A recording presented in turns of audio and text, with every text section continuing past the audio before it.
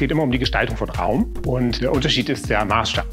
Natürlich hat eine Innenarchitektur bezieht sich mehr auf die Zusammenwirkung von Möbeln, von Räumen, von bis hin zur Türklinke.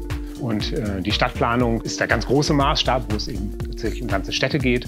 Und die Architektur macht die Hüllen. Aber natürlich ist es ein langer und teilweise schmerzhafter Prozess, in dem sehr viele Entwürfe sortiert, neu bewertet und die vielen, vielen Faktoren, die eine Rolle spielen, ihre Auswirkungen zeigen. Ja, das ist ein langer Prozess, für den man eine gewisse Standfestigkeit braucht.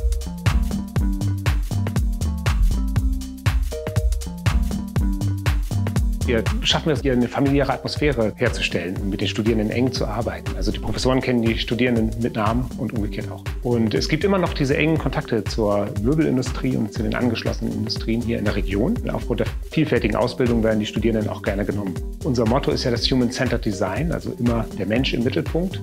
Und das ist, glaube ich, ein Aspekt, der auch trotz oder wegen der Digitalisierung immer wichtiger wird.